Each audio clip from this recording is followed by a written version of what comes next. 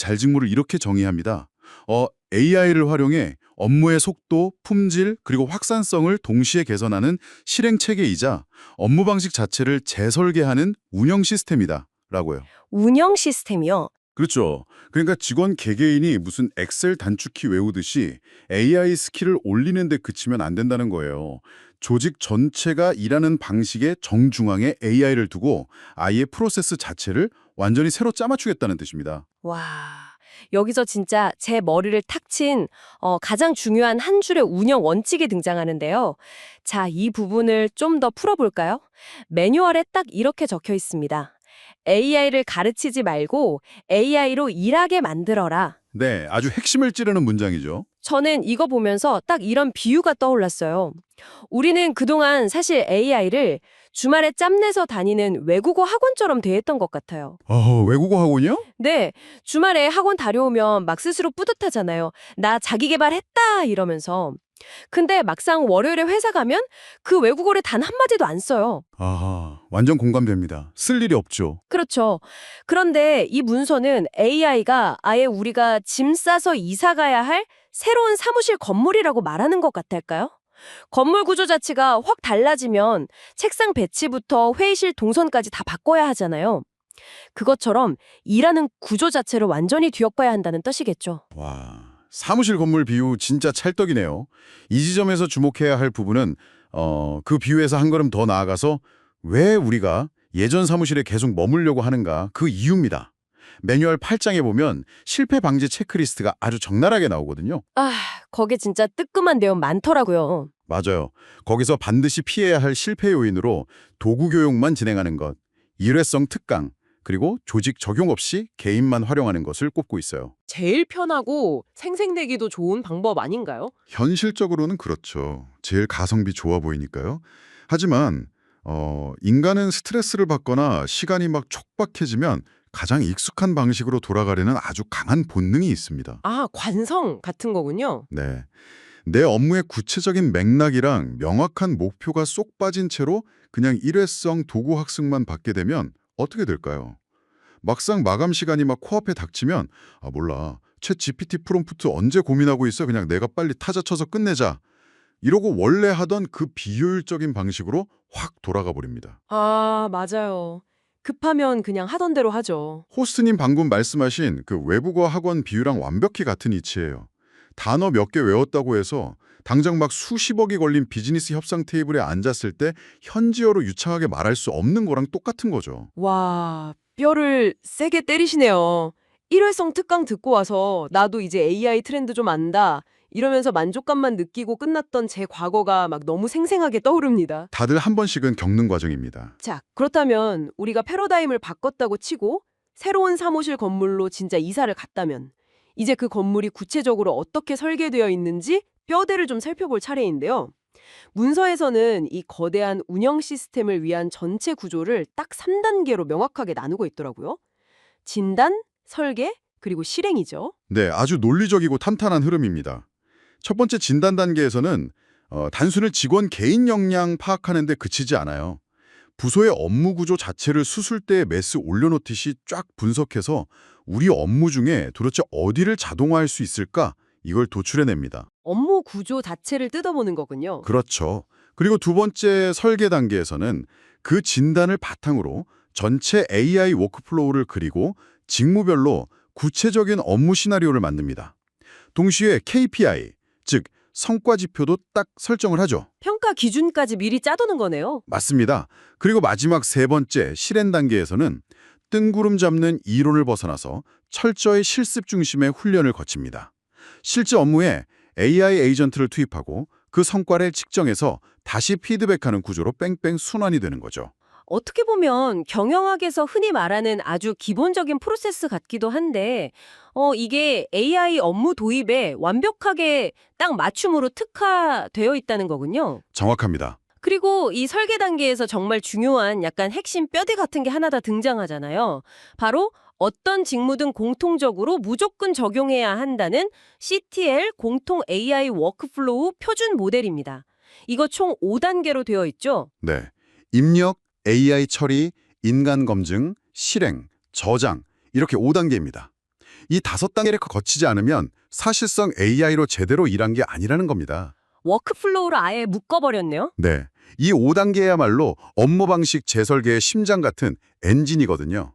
첫 번째 입력 단계에서는 우리가 흔히 집에서 하듯이 채팅창에 대충 막 질문 던지는 게 절대 아닙니다. 문제 정의 템플릿이라는 아주 빡빡하게 규격화된 틀을 써요. 아, 템플릿에 맞춰서 쓴다. 네, 목적이 뭔지, 대상 독자는 정확히 누구인지, 제약 조건이나 출력 형식은 어떤 건지 이런 걸 아주 명확하게 채워놓는 거죠. 그러고 나면 두 번째 AI 처리 단계에서 이 아주 표준화된 프롬프트를 바탕으로 반복적이고 소모적인 작업을 AI가 자동화해서 초안을 쫙 뽑아냅니다. 아, 잠깐만요. 여기서 제가 반론 하나 제기해보고 싶습니다. 보통 사람들은 방금 말씀하신 그 두 번째 단계, 즉 AI 처리가 제일 중요하다고 생각하잖아요. 막 AI가 알아서 기가 막힌 결과물을 똑딱 만들어내는 그 마법 같은 순간, 다들 그거 보려고 AI 쓰는 거니까요? 그렇죠. 그게 제일 짜릿하긴 하죠. 그런데 매뉴얼을 진짜 자세히 들여다보면요. 세 번째 단계인 인간 검증 옆에 굳이 괄호를 치고 핵심이라는 꼬리표를 아주 큼지막하게 달아두었어요. 사실 검증, 맥락 적합성 파악, 조직 맞춤화 과정을 사람이 반드시 거치라고 되어 있는데, 아니 AI가 다 알아서 완벽하게 해주는 게 아니라면 굳이 이 복잡한 시스템을 힘들게 배우고 도입할 소용이 있는 건가요? 아, 이걸 더 큰 그림과 연결해보면 그 의문이 싹 풀리실 겁니다. 사실 처음엔 당연히 그런 의문이 들죠. 내가 편하려고 AI 쓰는데 왜 내가 또 검증을 해야 해 하고요. 네, 제 말이 딱 그겁니다. 귀찮잖아요. 그런데 이걸 조직 전체의 생존이라는 관점이랑 딱 붙여보면요. 그 핵심이라는 꼬리표가 왜 세 번째 단계에 붙어 있는지 아주 명확해집니다. AI는 현존하는 가장 훌륭한 패턴 인식기이자 텍스트 생성기인 건 맞아요. 하지만 치명적인 약점이 하나 있습니다. 약점이요? 환각현상 같은 건가요? 그것도 있지만 더 현실적인 문제는요.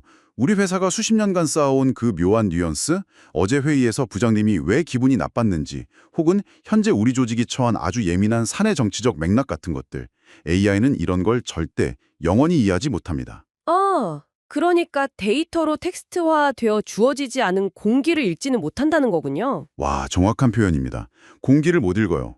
만약 인간의 꼼꼼한 검증 없이 AI가 뱉어낸 결과물을 그대로 네 번째 단계인 실행으로 넘겨버리면 어떻게 될까요? 대참사가 나겠죠. 그렇죠. 겉보기엔 아주 번지르르하고 말도 유창한데 실제 현장에서는 전혀 쓸모가 없거나 오히려 조직에 치명적인 오류를 초래하는 대형 사고가 터지게 됩니다. 부장님 극대노하시겠네요. 바로 그겁니다.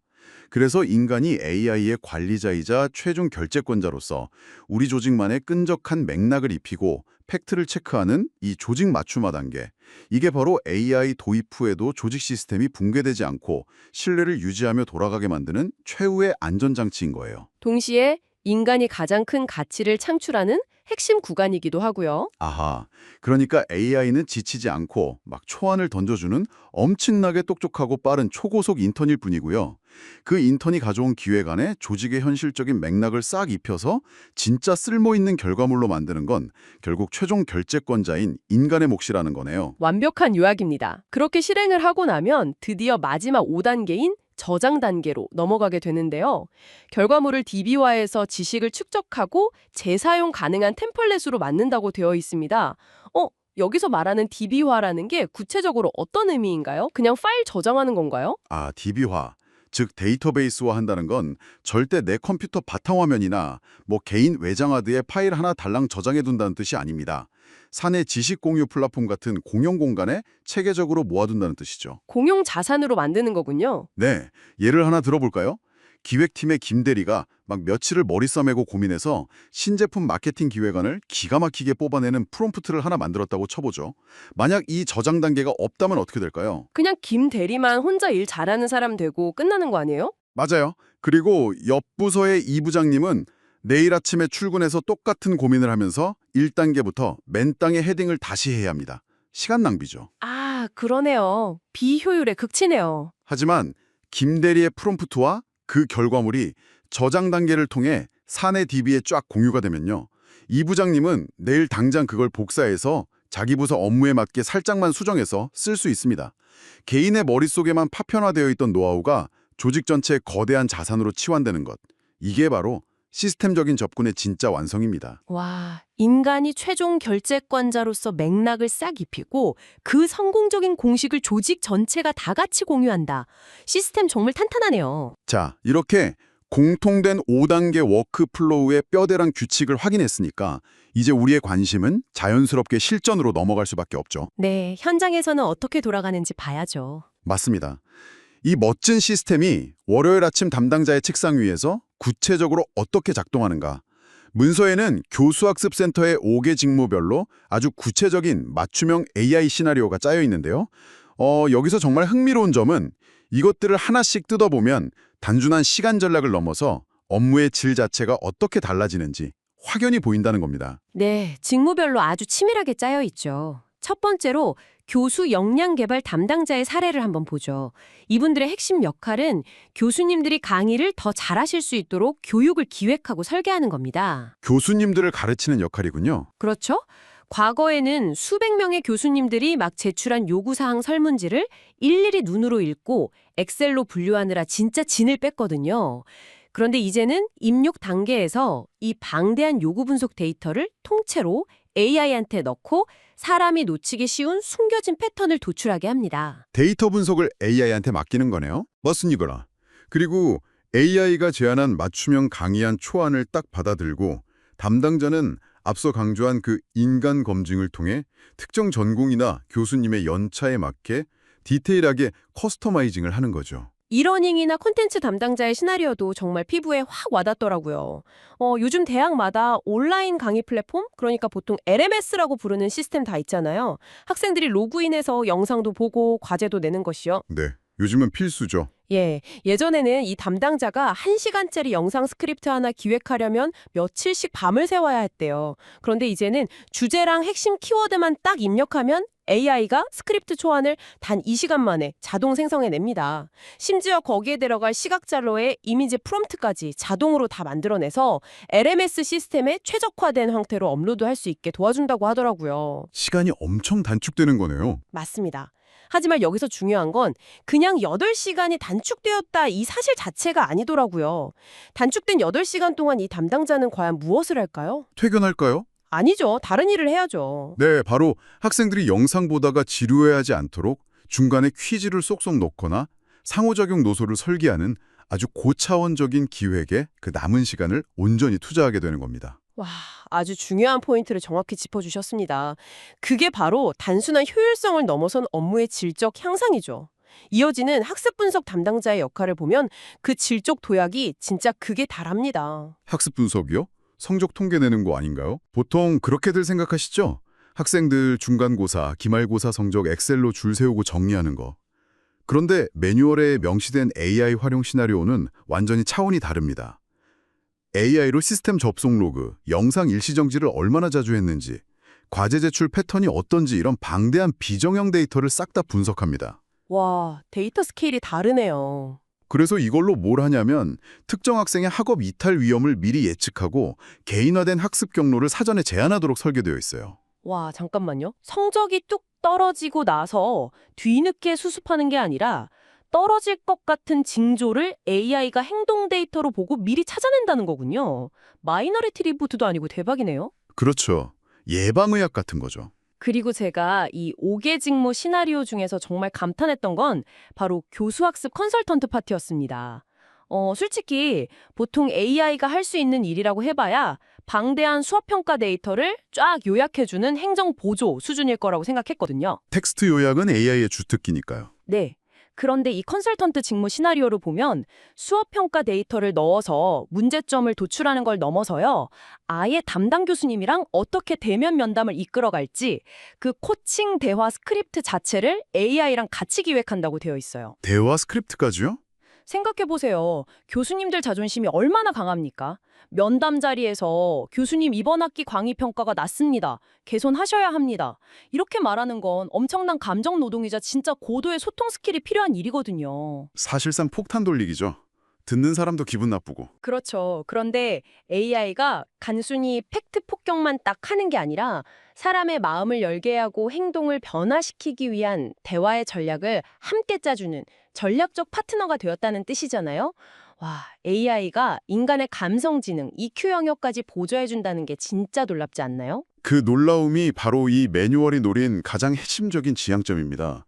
방금 말씀하신 4개의 직무, 그리고 마지막으로 행정기획 담당자가 방대한 정책 자료를 싹 비교 분석해서 신규 사업계획서의 논리를 쫙 세우는 것까지 이 모든 시나리오를 관통하는 뚜렷한 공통점이 딱 하나 있습니다. 공통점이요? 네, 바로 단순 반복 작업의 다동화라는 1차원적인 목표를 훌쩍 넘어서서 의사결정 지원과 고차원적인 문제 해결, 즉 인사이트 도출로 나아가고 있다는 점입니다. 아, 인사이트 도출. 초고속 인턴인 AI가 데이터 수집하고 초안 작성하는 그 무겁고 지루한 짐을 덜어주면요. 인간을 방금 호스트님이 감탄하신 그 코칭 대화처럼 고도의 공감 능력, 설득력, 그리고 아주 예민한 정치적 전략이 필요한 것에 자신의 모든 에너지를 온전히 집중하는 거죠. 이게 바로 매뉴얼이 말하는 진정한 의미의 직무 재설계입니다. 자, 여기까지 쭉 듣고 나면 조직 전체가 유기적으로 쫙 돌아가는 완벽한 청사진이 머릿속에 아주 아름답게 그려집니다. 네, 이상적이죠. 그런데 언제나 그렇듯 현실은 냉혹하잖아요. 아무리 막 멋진 5단계의 워크플로우가 있고 완벽한 직무별 시나리오가 책상 앞에 붙어 있어도요.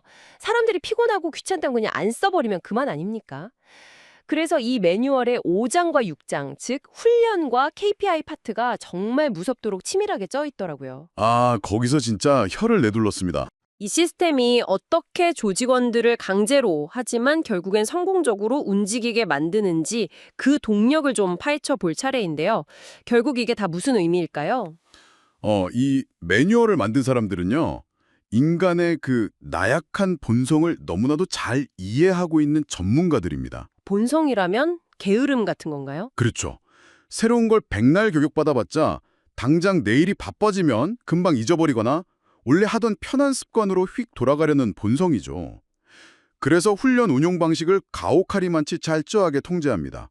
바로 이론 20%, 실습 80%의 비율로 아예 못을 쾅 박아두었어요. 20대 80이요? 네, 뜬구름 잡는 일반적인 프롬프트 강의는 딱 20%만 듣고요.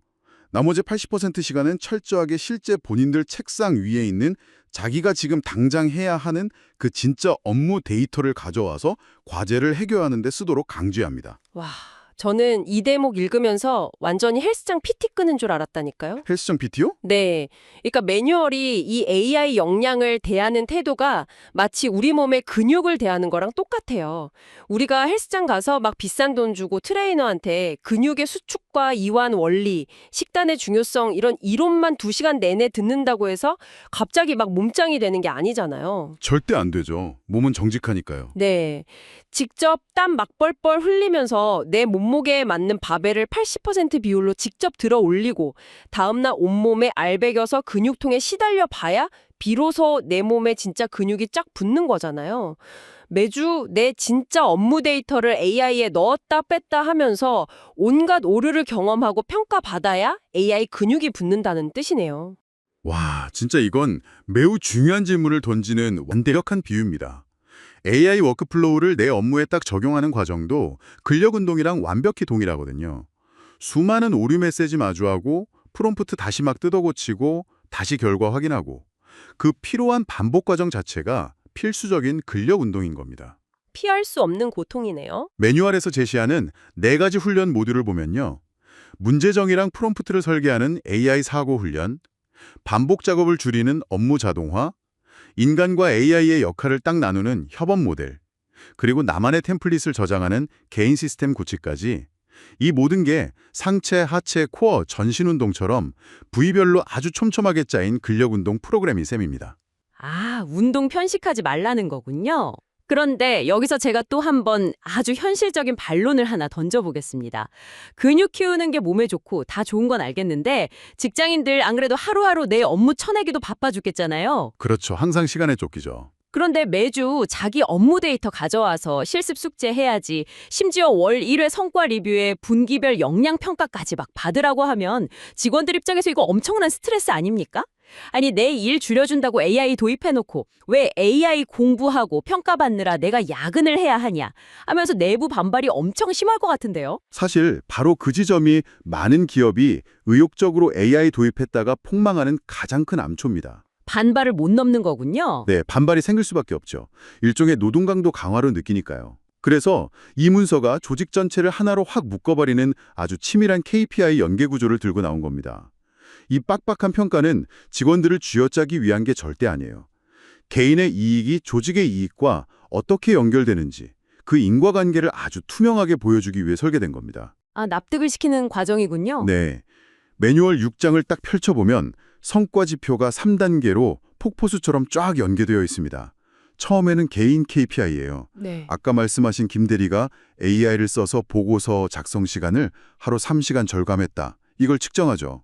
그럼 이 절감된 시간이 어디로 갈까요? 뭐 넷플릭스 보거나 집에 일찍 가거나 하겠죠? 그냥 집에 일찍 가는 게 아니라 더 고차원적인 기획에 그 시간이 투입됩니다. 이것들이 모이면 두 번째 단계인 부서 KPI로 넘어갑니다. 부서 전체의 업무 처리 속도랑 기획안의 전반적인 품질이 딱 측정이 되죠. 그리고 궁극적으로 이것은 조직 전체, 즉 ECTL이라는 거대한 부서의 목표인 교수님들의 만족도 상승, 그리고 대학의 교육 효과성 증대라는 가장 상위의 KPI로 직결됩니다. 아하, 그러니까 윗선에서 단순히 딴짓 못하게 감시하는 게 아니네요. 네가 스크립트 쓰는 시간 8시간 줄여서 퀴즈 기획에 투자했더니 봐라, 결국 우리 대학 학생들의 수학 만족도가 이만큼이나 껑충 올라갔다. 이걸 명확한 데이터로 증명해주겠다는 거군요. 바로 그겁니다. 체감을 시켜주는 거죠. 내 개인의 고군분투가 대학 전체의 교육 퀄리티를 높이는 핵심 톱니바퀴였다는 걸 깨닫게 해주는 정말 강력한 동기부여 시스템이네요.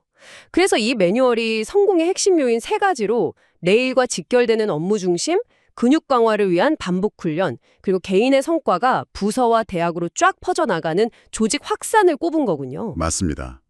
이런 촘촘한 지배구조랑 확실한 인센티브가 없으면 새로운 사무실 건물로 이사가는 건 영영 불가능합니다. 다들 헌집에 남으려고 하겠죠. 네, 방향을 제시하고 시스템을 조율하는 AA 리더, 현장에서 무거운 바벨을 들어올리는 실무 담당자, 그리고 아까 말씀드린 사내 DB 플랫폼 같은 든든한 인프라를 지원하는 조직이 하나의 거대한 생태계처럼 딱 맞물려 돌아가야 합니다.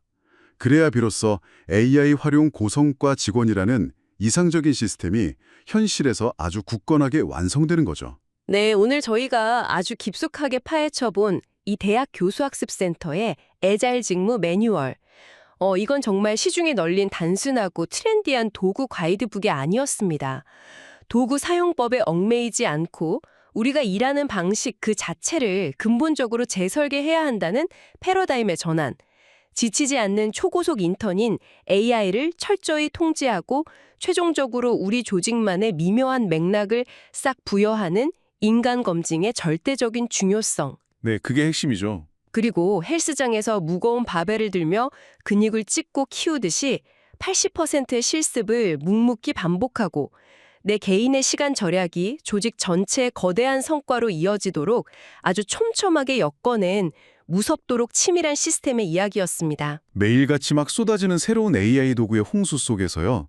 우리가 길을 잃거나 피로감에 지쳐 쓰러지지 않으려면 기술 자체를 헐떡거리며 쫓아갈 것이 아니라 오늘 살펴본 이 매뉴얼이 명확하게 제시하는 것처럼 나만의 그리고 우리 조직만의 확고한 워크플로우 시스템을 단단하게 세우는 것이 그 어느 때보다 중요해진 시점입니다. 중심을 잡아야 한다는 거네요. 그래야 기술이 나를 막 휘두르는 게 아니라 내가 기술을 자유자재로 부리면서 고차원적인 진짜 가치를 만들어낼 수 있으니까요. 자, 오늘도 저희와 함께 치열하게 고문하고 배움을 실천하고 계신 청취자 여러분께 제가 꼭 묻고 싶은 게 하나 생겼습니다. 당장 내일 아침에 출근하셔서 딱 책상 앞에 앉으셨을 때 현재 여러분이 짊어지고 있는 수많은 업무들 중에서 방금 우리가 나눈 이 5단계 워크플로우 있잖아요. 입력, AI 처리, 인간 검증, 실행, 저장. 이 시스템을 딱 하나만 적용해 볼 수 있는 나만의 반복 업무는 과연 무엇입니까? 내일 단 하나라도 좋으니까요. 여러분만의 바벨을 꼭 한번 들어 올려 보시기를 저희가 열렬히 응원하겠습니다. 네, 작은 것부터 시작해보는 게 중요합니다. 맞습니다. 마지막으로 오늘 내용을 바탕으로 여러분이 혼자 조용히 한번 씹어 삼켜보셨으면 하는 약간 도발적인 질문을 하나 던지며 마무리할까 합니다. 오늘 깊이 있게 다룬 매뉴얼에서는 AI가 처리한 초안 결과물에 대해서 반드시 인간이 팩트를 확인하고 맥락을 입히는 이 인간 검증 단계를 우리 시스템을 지키는 가장 핵심적인 안전장치로 꼽았잖아요. 네, 최후의 보루라고 했죠. 하지만 조금만 상상력을 발휘해서 미래로 한번 훌쩍 가볼까요? 만약 머지않은 미래에 AI 기술이 지금보다 막 극도로 고도화가 돼서 여러 명의 AI 에이전트들이 서로의 결과물을 교차로 아주 완벽하게 팩트체크를 하고요. 심지어 우리 부서의 묘묘한 사내 정치 아니면 어제 있었던 회의의 그 껄끄러운 공기 같은 눈에 보이지 않는 맥락까지 알아서 스스로 파악해서 완벽하게 검증해내는 단계에 이른다면 어떨까요? 와, 상상만 해도 좀 소름 돋네요. 그렇죠. 그 시점이 정말 오게 되면 시스템 붕괴를 막는 최후의 결재권자로서 인간이 이 거대한 업무 프로세스에 굳이 개입해야 할 단 하나의 절대적인 이유는 과연 무엇으로 남게 될까요? 이 마지막 질문에 대한 여러분만의 답을 일상 속에서 꼭 한번 치열하게 찾아보시기 바랍니다. 오늘 저희가 깊숙이 파헤쳐본 이번 시간 탐구는 여기까지입니다.